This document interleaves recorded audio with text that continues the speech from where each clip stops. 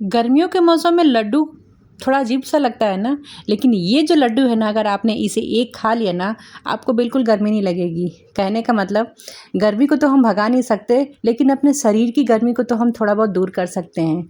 और शरीर की गर्मी को दूर करने के साथ साथ हमें हमें अपने शरीर की इम्यूनिटी पावर को भी बढ़ाना है। तो आज जो ये लड्डू है वो मूंग दाल से और थोड़े बहुत जो है सूखे मेवे जो होते हैं उनके साथ मिलके ये लड्डू बन के तैयार हो रहा है। और इस लड्डू को बनाने के लिए मैंने चीनी का एक बिल्कुल भी प्रयोग नहीं किया है, इसे मैं गुड़ से बना रही हूँ। तो सबसे पहले मैं ले रही हूँ 500 ग्राम हरा मूंग। एकदम अच्छी क्वालिटी का मूंग लीजिएगा अगर लड्डू आप बना रहे हैं तो। मूंग को एक बार अच्छे से देख लीजिएगा, कहीं कंकड़ वगैरह तो नहीं है, साफ़ करके। और उसके बाद से अच्छे से 3-4 पानी से इसे धो लेना है।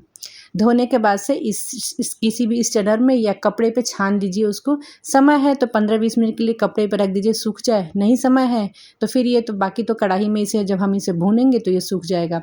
इसके लिए मैं ले रही हूँ, ये कुछ ड्राई नट्स हैं जैसे कि काजू है, बादाम है, सूखे मेवे जो भी होते हैं, जो भी आपके पास अवेलेबल हो वो आप इसमें डाल दीजिए। मैं इसमें थोड़ी सी मूंगफली भी डाल रही हूँ। मूंगफली में जो एक आता है ना नटी सा फ्लेवर, वो बड़ा अच्छा लगता है इस लड्डू में। क्योंकि जो एक मूंग का जो एक अलग स्वाद होता है, मतलब एक टेस्ट अलग होता है, उसको अगर आपको बैलेंस करना है ना तो आप इसमें मूंगफली ज़रूर डालिएगा। तो 1 कप में करीब मूंगफली को अच्छे से भून लेंगे और जो उसका छिलका है उसे निकाल लेंगे ठंडा होने के बाद से। साथ में मैं इसमें ले रही हूँ मखाना। मखाना भी मेरा करीब 1 कप से ज़्यादा है, 1.5 कप है। तो ये मखाने को भी हम भून लेंगे। इन सब की क्वांटिटी आप बढ़ा सकते हैं, या अगर जो चीज़ आपके पास ना हो तो कम भी कर दीजिए। अब मखाना और मूंगफली हमारा भून गया है। जब तक वो ठंडा हो रहा है तब तक इधर हम मूंग को भून लेते हैं।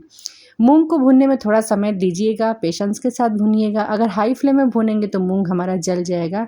धीमी आंच पे आराम से इसे भूनिएगा और इसके बाद से इसे किसी थाली में निकाल दीजिएगा, ताकि ये अच्छे से जब ठंडा हो जाए फिर हम इसे पीसेंगे। अब मैं ये ले रही हूँ देसी गुड़। ये देसी गुड़ मार्केट में बहुत इजीली मिल जाते हैं। इनका रंग थोड़ा सा काला होता है, तो मैं 250 ग्राम देसी गुड़ को ले रही हूँ और इसमें आधा कप के करीब पानी डाल रही हूँ। गर्मी का मौसम है ना, तो काम जब जल्दी जल्दी से हो जाए तो बढ़िया है। तो मैं इसे फटाफट से माइक्रोवेव में रख देती हूँ। गुड़ को बस हमें थोड़ा सा मेल्ट करना है, उसको गलाना है, चाशनी वाशनी कुछ नहीं बनानी है। 3 मिनट के लिए सेट कर दिया है मैंने। अब चलिए इसी कढ़ाई में हम डाल देते हैं आधा चम्मच से भी थोड़ा सा कम घी। और ये कुछ काजू और बादाम है, इसे मैंने थोड़ा सा अच्छे से काट लिया था और इसे हम इसमें भून लेंगे। आप इसका पाउडर बना के भी डाल सकते हैं, लेकिन बाकी चीज़ें पाउडर फॉर्म में है तो ये थोड़ी सी कतरन में रहेगी ना, तो लड्डू खाने में मज़ा आ जाएगा। अब हम ये मूंगफली के जो छिलके हैं हल्के से हाथों से क्रश करके जितना हो सके निकल जाए निकाल लेंगे और फिर इसे जार में रख डाल करके और एकदम इसका बढ़िया पाउडर बना के तैयार कर लेंगे। देखिए मूंगफली का पाउडर बन के तैयार हो गया और इसी में हम ये मखाने भी डाल देंगे। और मखाने को जितना हो सके आप बारीक करना है कर लीजिए, थोड़े बहुत अगर दरदरे रहेंगे उससे कोई फ़र्क नहीं पड़ेगा। इस तरह से सारे मखाने जो हैं हमने और मूंगफली को पीस के तैयार कर लिया है।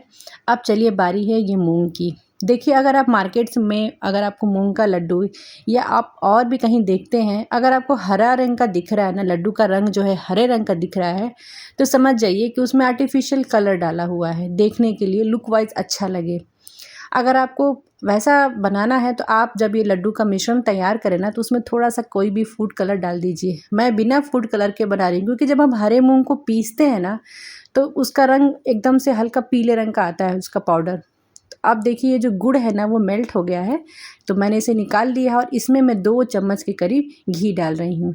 अब फ़ायदा ये है कि जो गुड़ है वो हल्का गर्म है और घी डालूंगी तो ये इसमें अच्छे से मिल जाएगा, क्यों दूसरा बर्तन करने जाए। गर्मी का मौसम है और किचन में खड़े होने का मन नहीं करता है ना, तो जितना कम से कम में और जितनी जल्दी चीज़ें बन जाए ना, उतना ही हम लोगों के लिए अच्छा होता है। तो बाकी जो भी चीज़ें हमने पाउडर फॉर्म में तैयार की थी सारे डाल देंगे। ऊपर से ये जो नारियल के कतरन थे और जो ये हमने काजू और बादाम को भून लिया था वो भी हम इसमें डाल के मिला लेंगे। इसे आप गुड़ से अगर नहीं पसंद करते हैं तो चीनी का पाउडर जो आता है या घर में चीनी को पीस लीजिए। ये खांड आती है जो, वो भी मिला करके आप इस लड्डू को बना के तैयार कर सकते हैं। गुड़ से बनाइए तो गुड़ से तो अच्छा भी है, और गुड़ हमारे स्वास्थ्य के लिए चीनी की अपेक्षा अच्छा माना जाता है। गुड़ खाने से हमारे शरीर में आयरन की मात्रा बढ़ती है। तो सब चीज़ें इसमें हमने मिला ली है। छोटी इलायची हमने मूंग दाल में ही, जब हम दाल को पीस रहे थे ना, तो उसी में हमने डाल दिया था। शायद मैं बताना भूल गई। तो उससे क्या है, जो इलायची का पाउडर है वो उसी में मतलब मिक्स हो गया है।